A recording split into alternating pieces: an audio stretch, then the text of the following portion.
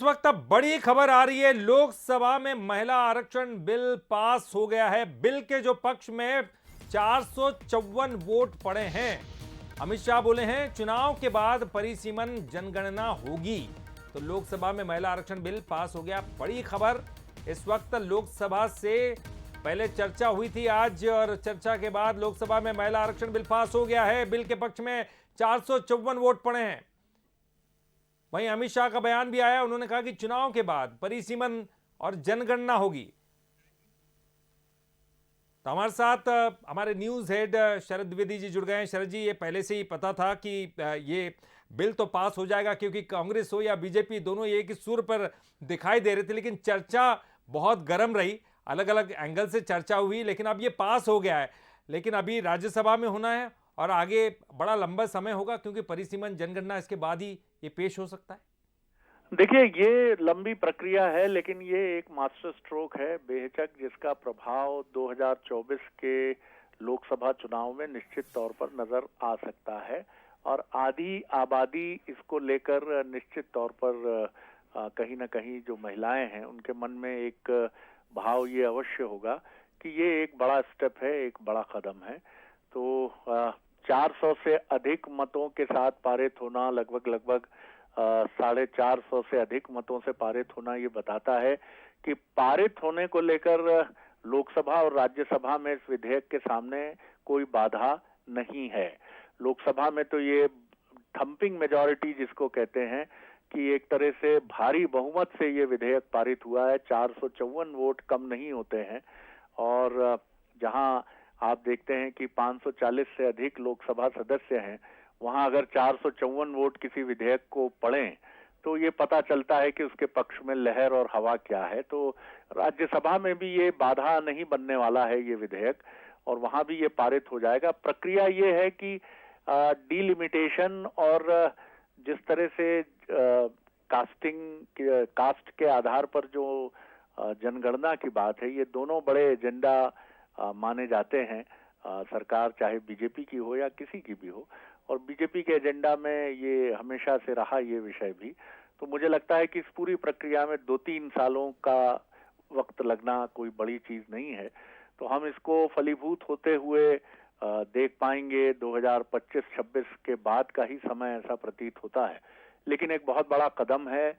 आधी आबादी के लिए मुस्कुराने का एक बहुत बड़ा विषय ये बनेगा, और निश्चित तौर पर मैं कह सकता हूं कि ये एक अच्छा कदम है, सराहनीय कदम है।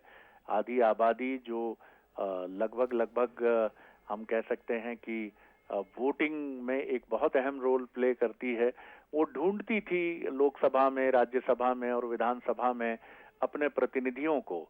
अब उसकी ये पहल जो है, उसकी ये सोच, उसकी ये जो एक तड़प थी, कहीं उसकी दृष्टि थी कि कहीं हमारे प्रतिनिधि कम क्यों दिखते हैं, ये पूरी होने की तरफ बात बढ़ेगी। जी बिल्कुल शरद जी, आपने सही कहा। लेकिन सबसे बड़ा सवाल ये कि 23 का चुनाव, 24 का चुनाव हमारे सामने है। चुनाव को लेकर भी लगातार बात कही जा रही थी। कांग्रेस लगातार ये कह रही थी 9 सालों से पास क्यों नहीं किया, चुनाव के ऐन वक्त पर आप ये बिल क्यों ला रहे हैं। हालांकि वो लगातार ये भी कह रही कि राजीव सरकार, जो राजीव गांधी है, उनका सपना आप साकार कर रहे हैं। तो निश्चित तौर पर श्रेय लेने की होड़ होगी।